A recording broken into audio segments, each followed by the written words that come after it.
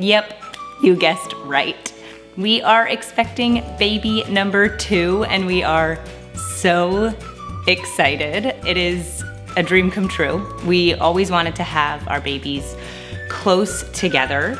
We actually were kind of like flexible on how close. We were like, however close God allows it to be, it can be. And it was just a crazy situation. And I have to share the whole story kind of how this baby came to be, just because it happened a little bit in a funny way. But we just are so grateful for this little baby. But yeah, that's why I was off of the internet for about 3 months. Not surprising anyone, I'm sure. I'm sure many of you figured it out, but I just didn't have the energy. I didn't feel well. The first trimester is not fun for most women, and that includes me. So I just really didn't have the time or the energy to do that. Of course, that also meant that I got to spend a lot of time with Mr. Baby and focus on him. So that wasn't a lie. I got to spend really focused attention on him, and that's what I wanted. I didn't want to have to be dividing my limited energy between taking care of Mr. Baby and creating content. Now that I'm in the second trimester, I'm starting to feel really good. So I am back and I'm excited about it. I am officially 14 weeks pregnant. I need to show you on my Pregnancy Plus app what this little guy looks like because it is amazing. According to my app, babies the size of a navel orange, they grow so quickly. It's incredible. Like you can't imagine that they go from teeny tiny microscopic to like the size of your hand, your fist, that fast. And the first trimester, I mean, it makes sense that you're feeling terrible because you're doing the biggest, the heaviest lifting as far as creating a human. But I really want to share kind of my first trimester symptoms and how I'm feeling emotionally and just that we're expecting again. So let's just like break it down. Let's get into it. And maybe I'll do a video answering any questions you guys have soon enough. And maybe I'll do a vlog doing like a day in my life as a pregnant mom of a toddler, of a 15-month-old. So yes, the babies will be 21 months apart. So actually, let me tell the story of how this baby came to be. So like I said, we were open to having our babies really close together, but I was breastfeeding for the whole first year of Mr. Baby's life. And I personally didn't ovulate or even get a period that entire time. Now, it's normal to not get a period or ovulate for a while when you're breastfeeding. But after like 8 months, I was just getting a little bit nervous, especially because we did want to have our kids close together. I didn't know how long it would take for my cycles to get back to normal and that we would be able to conceive.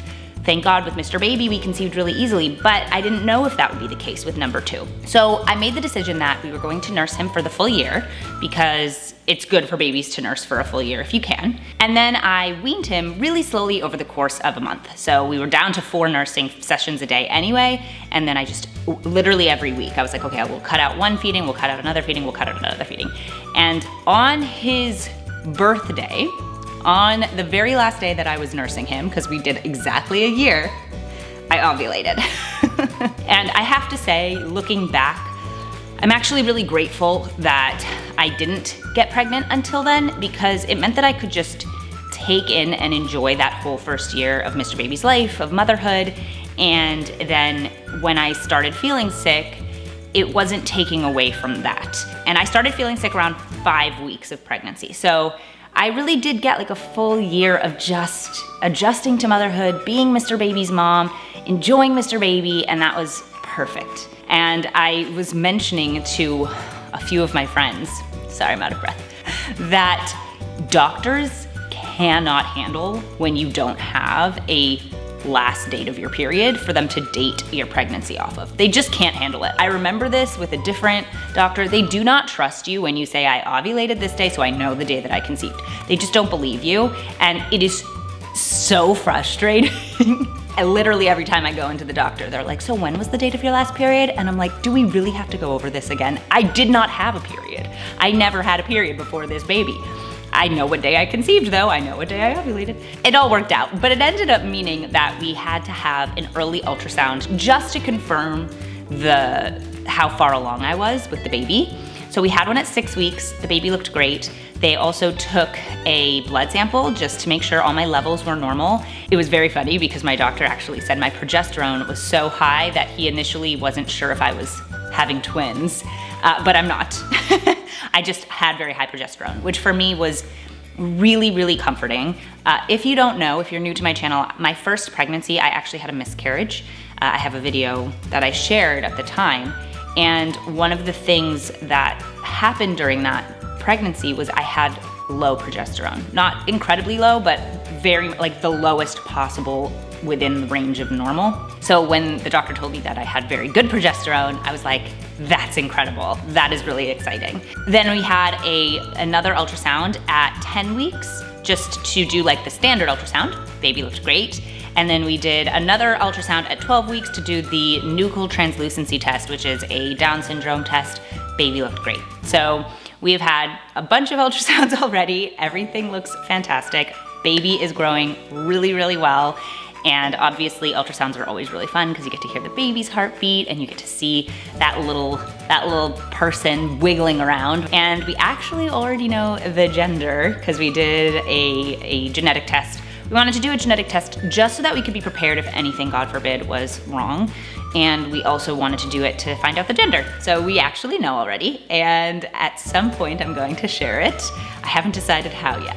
You guys can leave a comment down below. What do you think this baby is? And also, when I do a gender reveal video, how do you want me to share it? Do you have any good suggestions? Last time I did like old wives' tales, and that was really fun. But I'd love to hear what you guys think, your suggestions. Let's talk symptoms. Let's talk how I've been feeling. So, crazy story. First 5 weeks, absolutely fine. I was really not doing terribly. But the 5th week, I actually got really bad food poisoning, like the worst food poisoning I've ever had in my life. And it was to the point where I couldn't keep ice chips down. I couldn't keep anything down. And I didn't know that I had had food poisoning. So I was really scared that I had HG, hyperemesis gravidarum, which is like the most extreme version of morning sickness where you really can't eat anything, you're losing weight. It's actually pretty dangerous. And so I was so sick that night. And then it ended up petering off and it was just food poisoning. But of course, I don't know if it was caused by it or it just was coincidence, but like 3 days later, the morning sickness just set in. Now, my morning sickness isn't terrible in the sense that I don't vomit every day. I vomited once this pregnancy, which is more than with Mr. Baby, but not a lot. But I just feel sick a lot. So this is something I noticed. The difference between my last pregnancy and this one is that my last pregnancy, I felt sick all day, but my other symptoms weren't so strong. Like I had cravings and aversions, but they weren't terrible. I had a metallic taste in my mouth, but it only lasted a couple weeks. I was tired, but not terribly. I had like trouble sleeping, but not terribly. This time it was like the morning sickness was there and it was not great, but the other symptoms were incredibly potent and really, really powerful.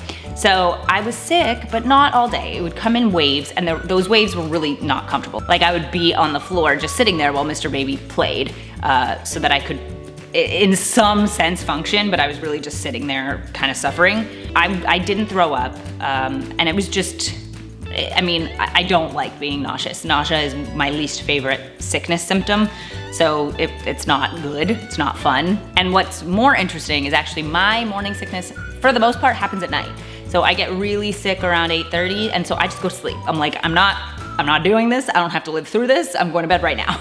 And I found that clementines were very helpful to me. I know that citrus generally is very helpful for morning sickness, so I ate a lot of citrus. I needed to have like lemons, I needed to have clementines, lots of sour things helped. Cravings and aversions were super powerful this time around. There were things that I just was like, I cannot stomach it, I cannot do it. Meat was off the table, like I just could not do it.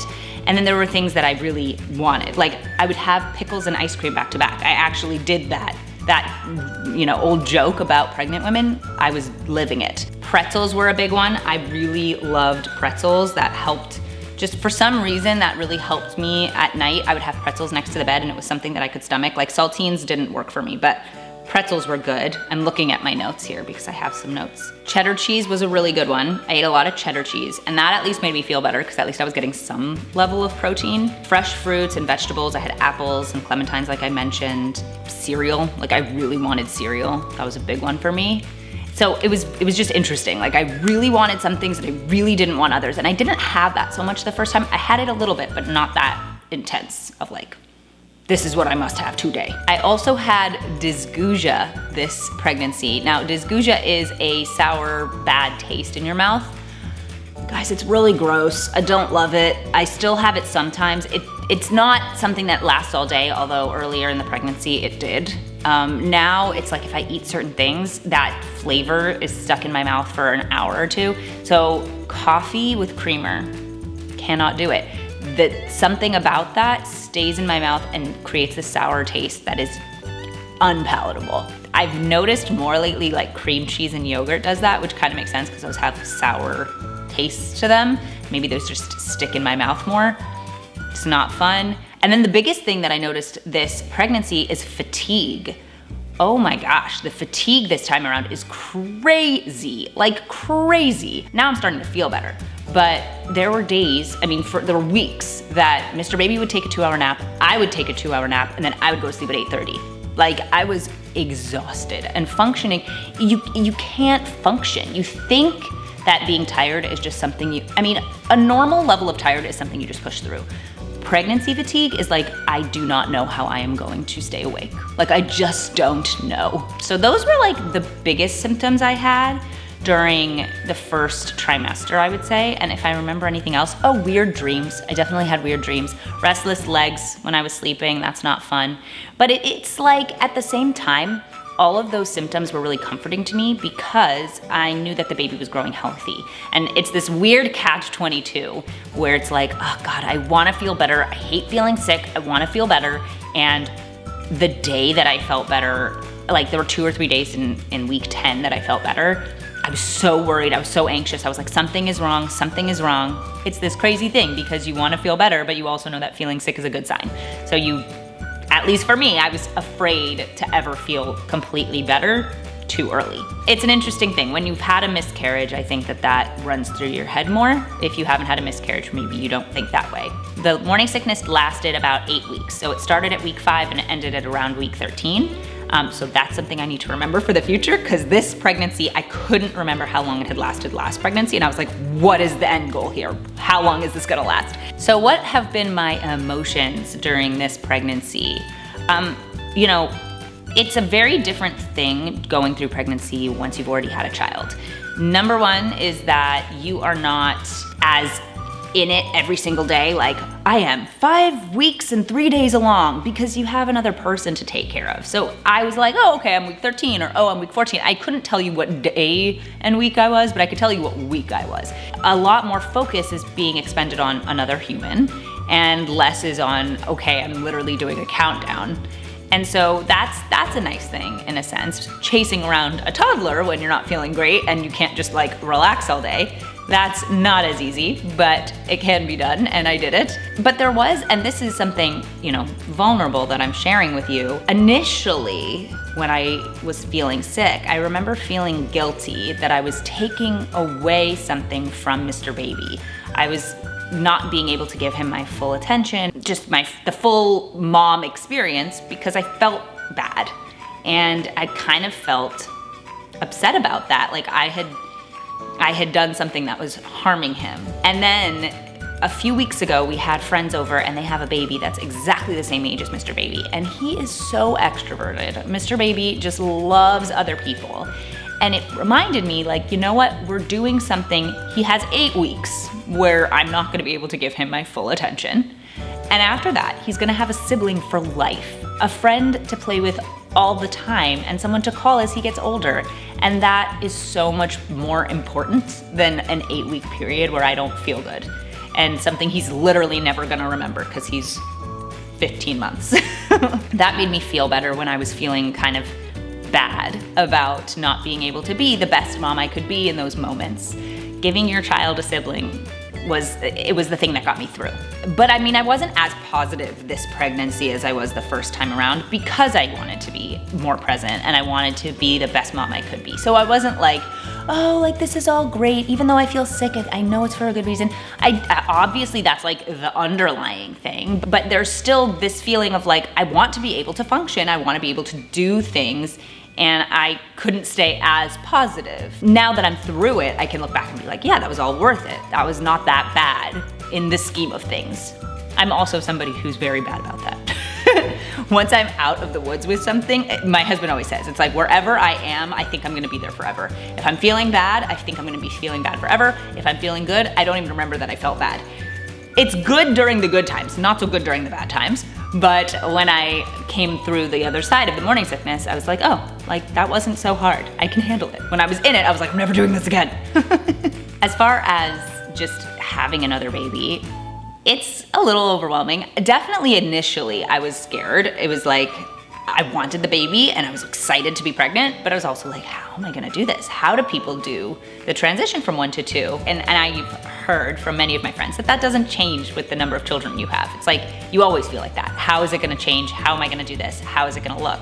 But as I've started feeling better and as I've seen Mr. Baby just really blossoming around other people, it's making it clear to me just how important it is for me to create a big family so that my kids have other kids to play with. It's just something I'm really looking forward to. But yeah, that's kind of like the first trimester update, the announcement that we're having another booba, another baby. And I'd love to hear from you guys who have 2 under 2, what it's like.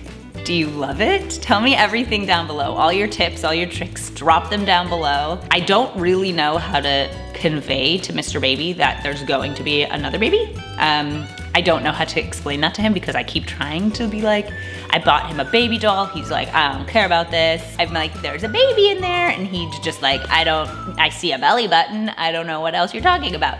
So I would love to know if you guys have any tips and tricks for introducing the concept of another baby in the house.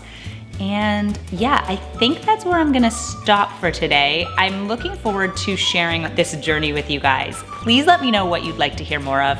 I love talking about baby registry stuff. I love talking about baby products. I love talking about maternity fashion. Oh, it's a good one. I have a lot to share. So let me know your thoughts in the comments below, and I'll see you guys in my next video. Bye!